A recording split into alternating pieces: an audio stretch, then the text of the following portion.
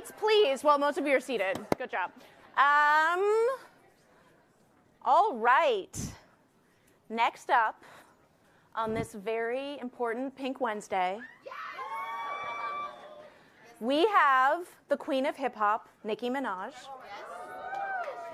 Last year's December cover star, which I have to say personally is one of my favorite covers in recent memory. It is so beautiful. And Minaj is just coming off her Pink Friday 2 tour, which I didn't realize until recently is the highest grossing rap tour by a woman in history. So today, she joins Eva Chen in conversation about breaking records and making them. Nicki Minaj, everyone.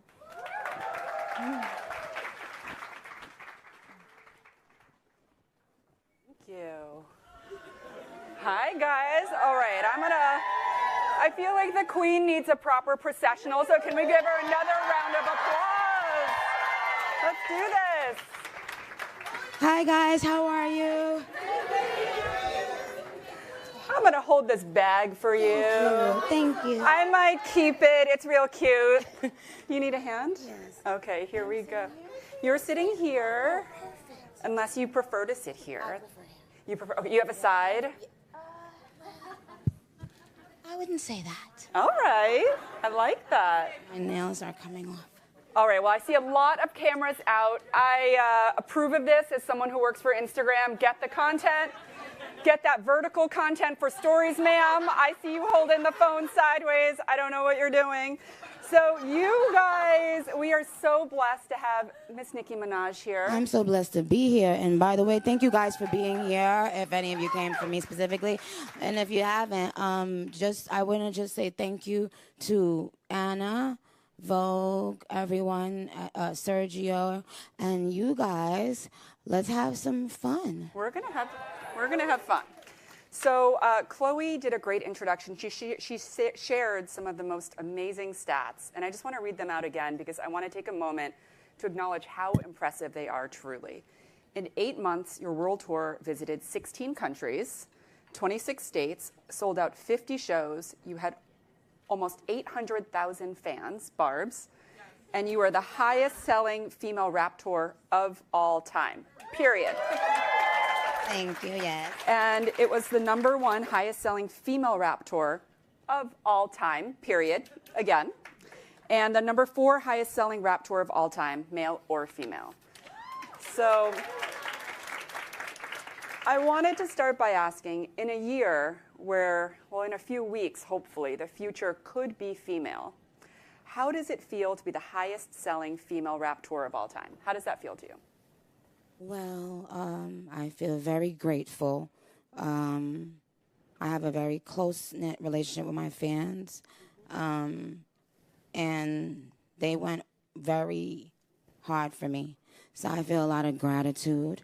Every night at the shows, it was a different show completely every night because, you know, I do different songs, but just their emotion and passion, it just always does something to me as well. So we made these amazing memories. So it's more, to me, I mean, of course, I wasn't expecting to have the highest anything, to be honest. I didn't even know that I was in the running. But even if I didn't have that, I would have been still so grateful because the time that I spent with the Barbs at these shows, it was healing for me as well. They said it was healing for them, their inner child, but it was healing for something within me as well. That's a great segue, actually, because you and I actually met when I worked at Teen Vogue many years ago. I still love teens, and I don't know if we can pull up the picture of when we met 12 years ago. This is going to be a cringe moment for me, not for you, for me. Let's see if they can advance, because there's a lot to unpack in this picture. Not sure if the slideshow's coming up. It's moving very slowly, but it'll come up. I want to take you back to when you were a teen. What would teenage Nicki think of yourself? Well, she would love all of this. Like, she would be so proud. Oh, there's the picture. Guys. But you look so cute. You were doing okay, a little so bar pose. The concept of the story is that you were giving me a makeover. This is 12 years ago. My stomach is out. I don't know. I did a Barb makeover for her. And she, even in her face, she embodied the whole vibe of Barb's. So, yeah. Yes, I also had a bowl cut. I just want to pause for a moment to acknowledge the hair. We're not going to go back there. We're not going back. But let's go back to your teenage self. Like, what would teenage Nicki think about yourself? I know you went to LaGuardia. You studied drama. Yes. How did that work out for you?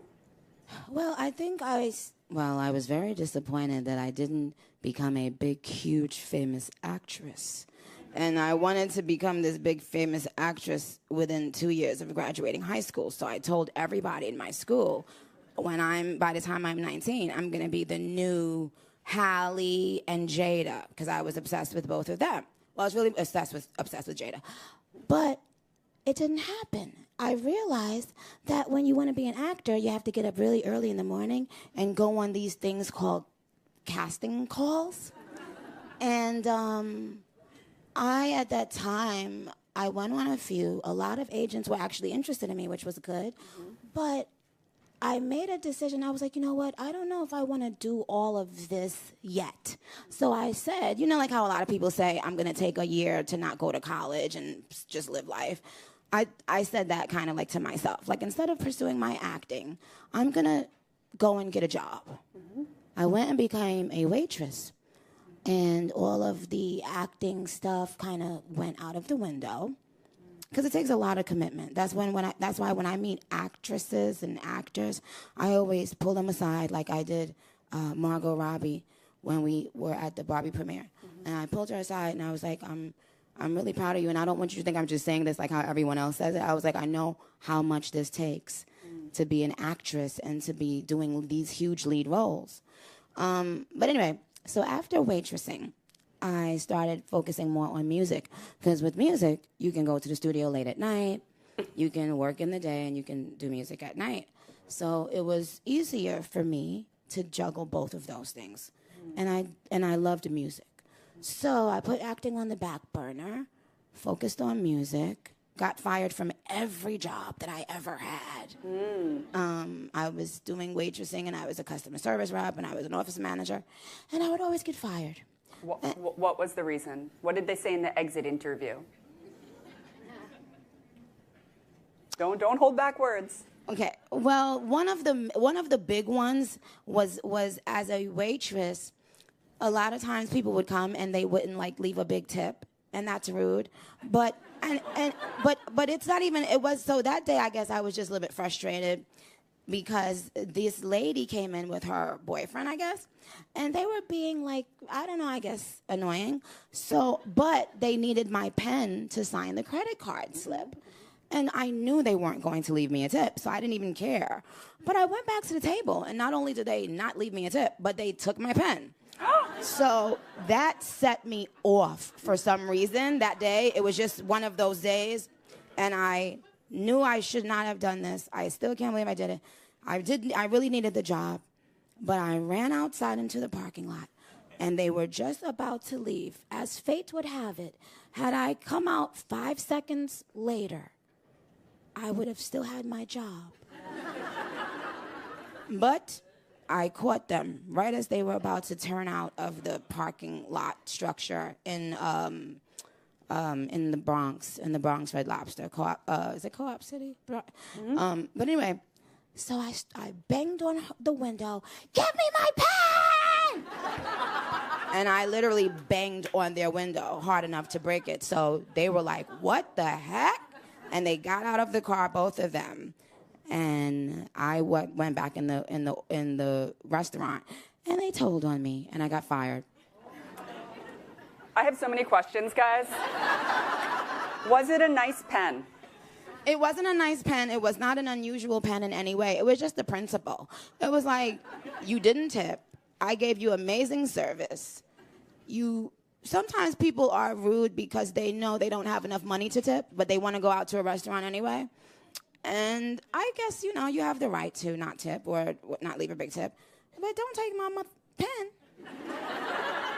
There we go. So, that was that. And they marched in the restaurant, And they went straight to my manager and told on me. And that was it. That was the last time I got fired, though. At that time, I think I had been fired from restaurant maybe 5 or 6 times already. I figured this was enough. I went on to start getting fired from other places, like call centers and stuff. Okay. All right. Well, resilience, Yes. grit. And I can type. How fast can you type? Wow, I haven't been asked that in so long. I would say maybe 30. Is that That's good. bad or good? 30 words per minute or 20? I don't know. I haven't done that in a while, but I know all of my key. I know where everything goes. I'm going to be honest. That's okay. That's okay. Thanks. But it's hard with nails to type. Oh no, also. I didn't have nails at that time when I was doing that. Okay. We had to type very fast because once the person gets off the phone, you already have to have all the data in the system. So while you're talking, you're kind of like, oh, okay, thank you.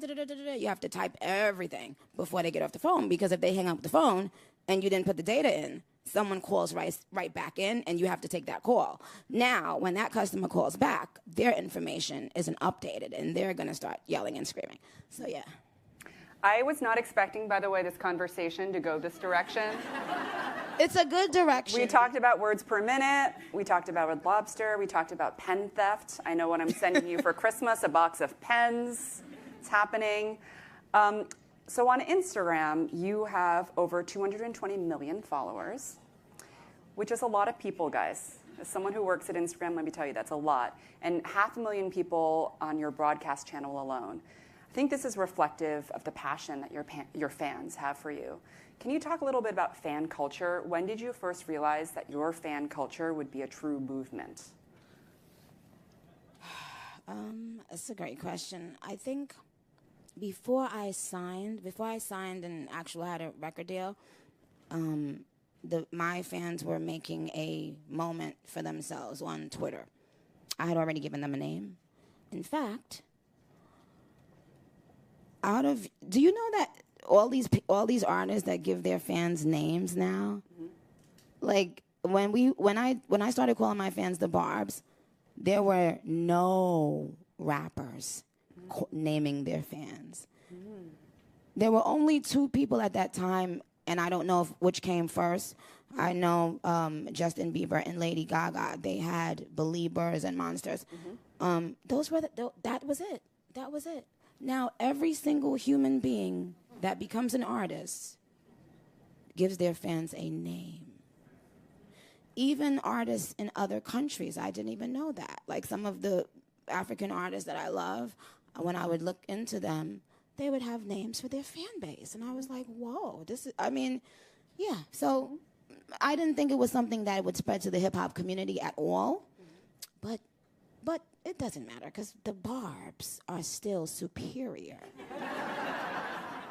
They are different because what they do is they do it with passion. If you do anything, it has to be rooted in love. Mm-hmm. So sometimes people do things and it's rooted in revenge or vengeance. Mm-hmm. And that doesn't really go anywhere. It doesn't take off. It does something for a moment, but that's that. But because the Barbs and I we really love each other, and also because they actually like my music, mm-hmm. which people forget now too, that music is what's being sold. So if you do everything else right and you don't know how to make music or write a great song, it doesn't matter how big your butt is. It doesn't matter what brands you wear. In the root of everything has to be the talent and the passion. Understanding what you do and why. If you're only doing it to compete, it's going to come and go. Because the universe doesn't honor that. It honors that passion that you've always had inside of you, that you know that you're put here to do something. And you do it with all of yourself. You love doing it, that thing. Like music always seemed to be my rescue, my place, my go-to place, I came from another country, Trinidad, and when we came to New York, it was scary being an immigrant and speaking differently. And back then, you know how kids are. They would definitely tease you if you have an accent and stuff like that, or what you eat and all that stuff. Like when I went to my first school trip, my mother didn't know you were supposed to buy like a hero from the corner store to go to the trip. So she sent me with a peanut butter and jelly sandwich, and all the kids laughed. Oh. You can't even do peanut butter in school trips anymore. It has to be sun butter. Really? Like because of peanut allergies. Oh. I know this because I packed for a field trip. Now I'm paranoid I didn't get her, you know, a sandwich from the corner store. Maybe my kid's a social pariah. Nice. I should have done that. Nice. But yeah, so we didn't know anything about American culture, and we had to learn as we went along. But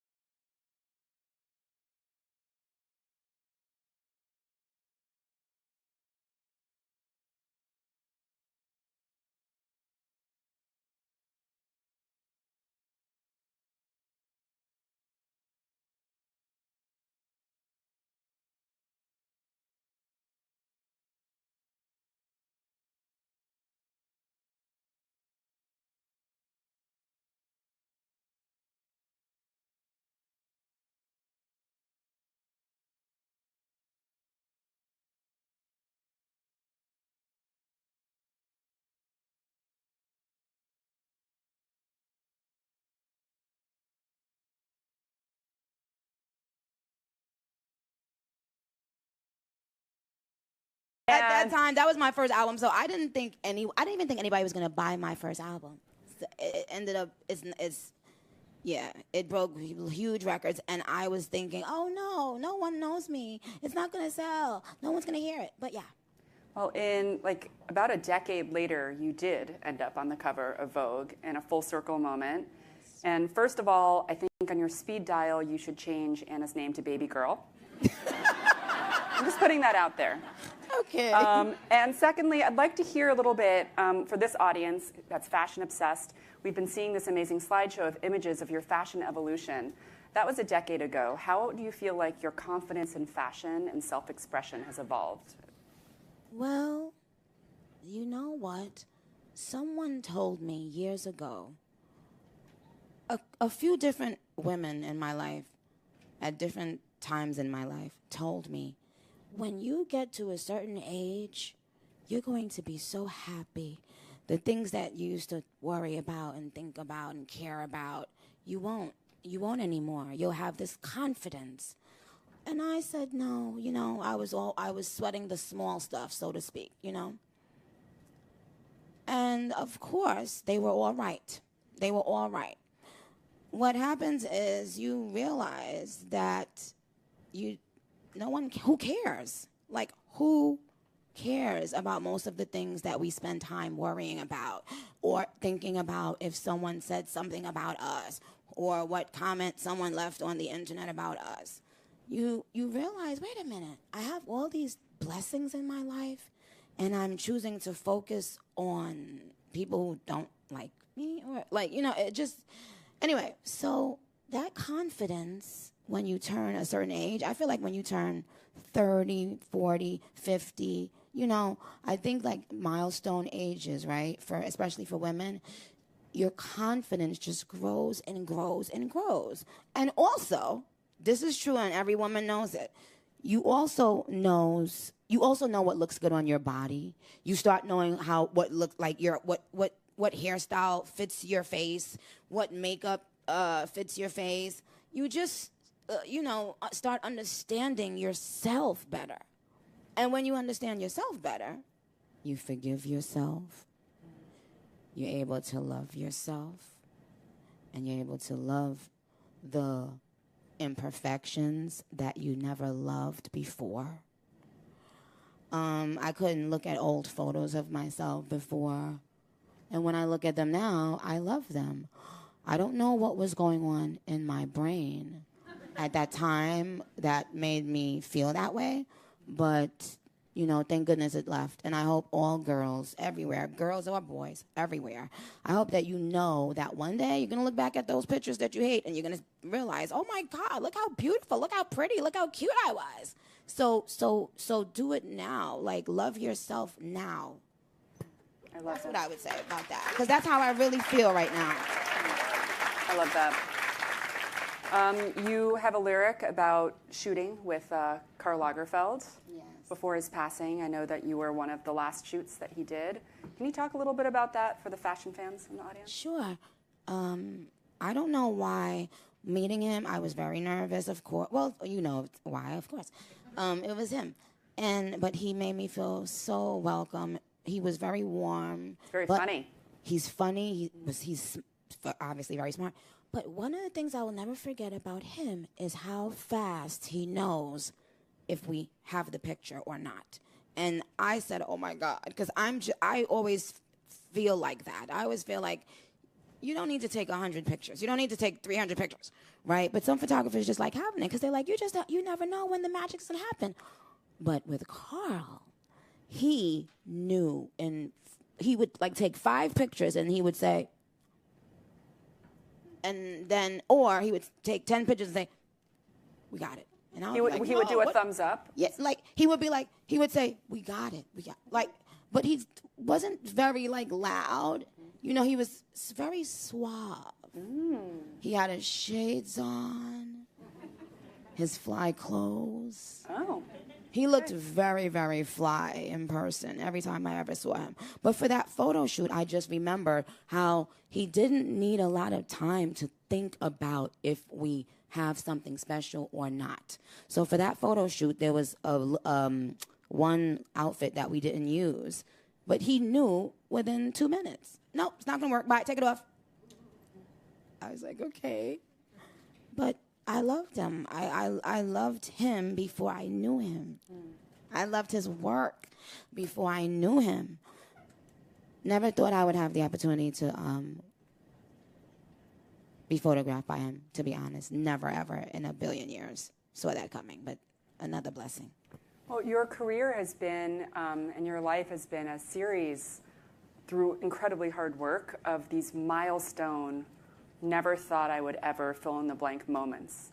What's left? I mean, is there anything left? Another great question. I'm asking the deep ones. That's why I'm here. Yeah, why not? Aren't we all tired of the non-deep questions and the fluff and the nonsense? Oh, don't worry, I have that too. Oh, okay. Well, what's next is, focusing on my son. Because I love him so much. Well, that was actually my next question, because you have a lot of nicknames. You love a nickname. Queen of Rap, Roman, Nikki Lewinsky, Nikki the Ninja, Nikki the Boss. The list goes on, Nikki the Harajuku Barbie. But I feel like your favorite nickname is probably Mom or Mommy, right? And I know you have a 4-year-old son. That's a crazy age. I have 3 kids, 10, 7, and 3. Oh, my gosh. So you know exactly what I'm going through right now. Oh, my gosh. Anybody with toddlers? Oh, my gosh. There's like 2 people. There's only 2 people in the room. Do you guys have children and you remember what the toddler stage was like? I wish I had people to help me. The thing is, I was pregnant during COVID, right? Yeah. And it was at the time when it was the scariest time of COVID because we didn't know how dangerous it was. And I didn't want anyone to fly in from New York because I didn't want to be responsible for a loved one going on the plane and getting COVID, so I didn't even let anyone fly into Cali to help me. But now I realize you do need women that have had children I made a lot of mistakes with that. But I remember everybody telling me, oh, toddler age, it's going to be some of the most fun stuff you've ever experienced. It's gonna be a lot because they are very, but it's true.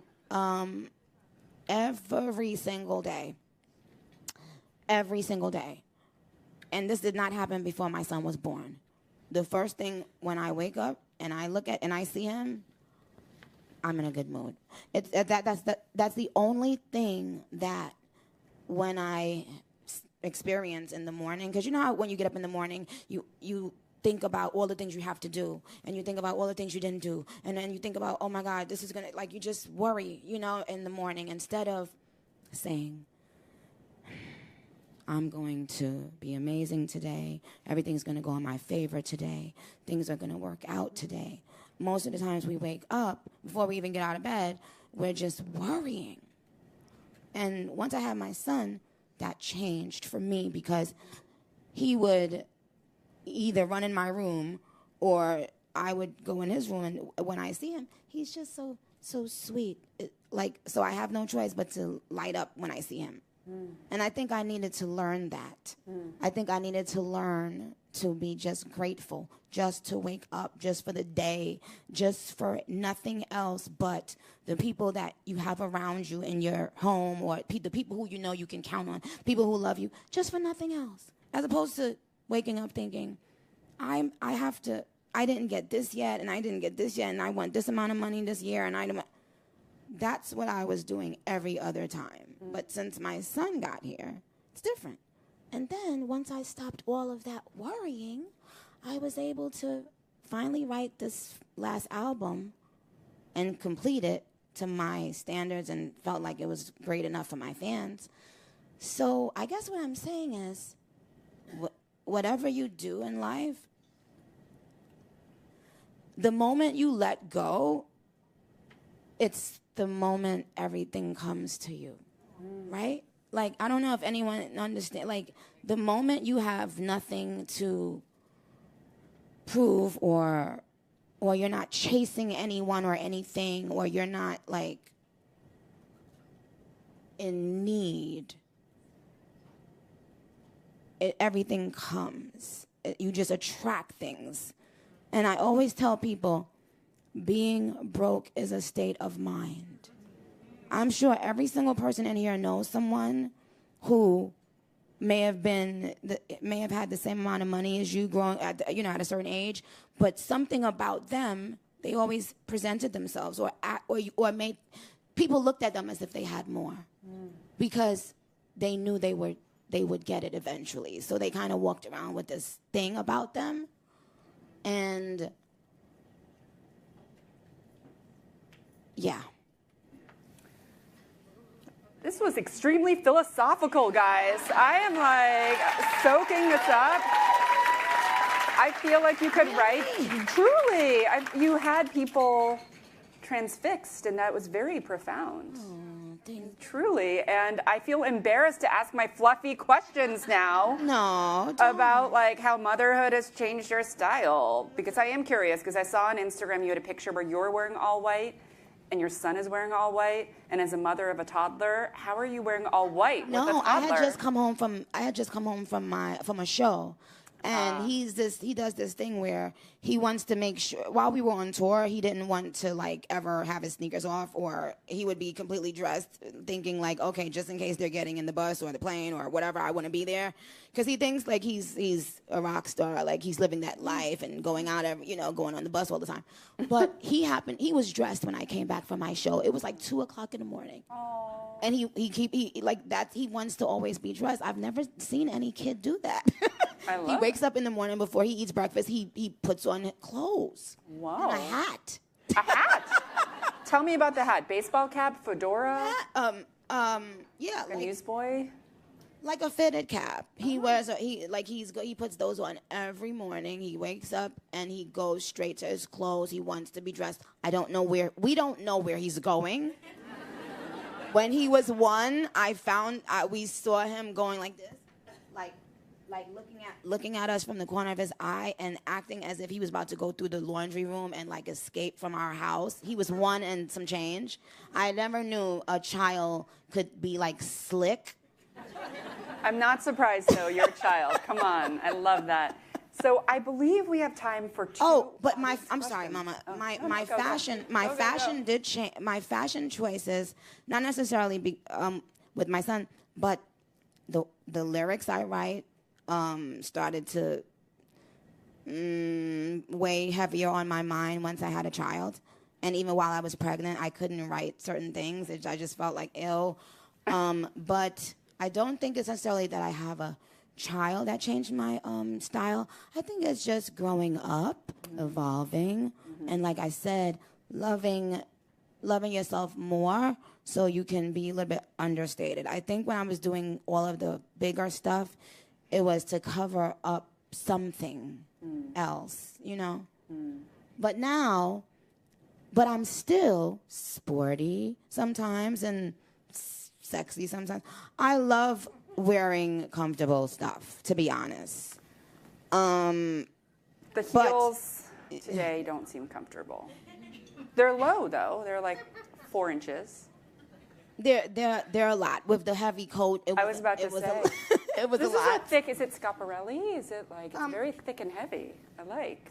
I know this wall is. Are we about to do a fit check? This wall is a liar, but it's Schiaparelli. Yes, it is. We saw the Schiaparelli. Who was absolutely one of my faves. I love. Yes. Okay, so because I know that there are audience members with questions, we're gonna go. I cannot see a thing because we have bright lights. We're gonna start here let's start with the young lady. Move back, and you guys have the world's like you got to talk real fast. Hi, Nikki. I love you. Mama. Okay, so one of the things I admire about you is that you're always speaking up when there's injustices. So how did you get the confidence to advocate for yourself, especially as a Black woman in a male-dominated industry? Clock it. Well, speaking up for anything is hard. No matter how brave a person seems, they're just like you. They're just like everyone else. It's scary. But I don't know. I always had to be around men to be a rapper. I would always be the only girl there most of the time. But I have a very masculine vibe when I need to. So I think that's why I was able to do well in this space. But in terms of speaking up for injustice, I was always like that since I was in school, since I was in elementary school. I was one of those kids, like if I saw someone being bullied in school, I would say, no. You know, I was always like that. I always take up for people. So that's never going to change. You. And then I think there was a question. Hello. Hi. Oh, hi. Yes. You collaborated with a lot of people. Madonna, Drake. I mean, the list goes on and on. Who challenged you the most, both on the music or fashion side? That's a good question. Thank you. Yeah, that was a great question. Definitely on the fashion side, I would say Madonna for the Super Bowl. And I ended up loving what she came up with. But I remember walking into, like, the Super Bowl thing. They were rehearsing, and I had to perform with her. And I didn't believe how many people were there just for clothes. And I thought it was for Madonna, but they were for her dancers. And, like, she had, like, 10 different outfits just for her dancers alone to choose from. And I was like, oh my God, this woman has a lot of money because this is crazy. and you know, she was very like, and which I am like that too. Anything, like all the dancers around me, whatever, I want to look at them and see exactly how it looks, or the people in my video. So she was very fixated on things like that, and I ended up loving what I wore, what she chose for me to wear at the Super Bowl. In terms of challenging me musically, I had writer's block after having my son. And the song Seeing Green is the first song, which features Drake and Wayne, is the first song that I wrote and completed after having the baby. And I was so scared because not one thing could come to me for months and months and months.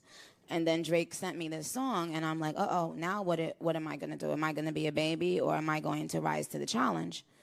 And I kept sending him different verses, and he and I would both be like, it's missing this, or it's missing that, or whatever. And then I ended up finally getting a verse that he loved and I loved, but it was very, very challenging. I didn't know that after you have a baby, things that came so naturally to you could change, I had no clue, but my brain felt so different, I think they just started studying a woman's brain during and after pregnancy. Can you believe in all this time? Last year was the first time they studied a woman's brain during pregnancy, and it's proven that the brain permanently changes after. So, but you were still. Are you serious? Yeah, but you're still able to be incredibly creative and productive, just in a different way. Wow. So, I think, unfortunately, that is all we have time for. Thank you so much for sharing your wisdom. Thank you for your philosophy. Thank you. It's great to reunite with you. You can give me another makeover anytime. I love how you look now. Feel you do not free. need a makeover. And enjoy your afternoon, everyone. And let's give Nicki another huge round of applause. Guys, thank you so much. Thank you for checking this.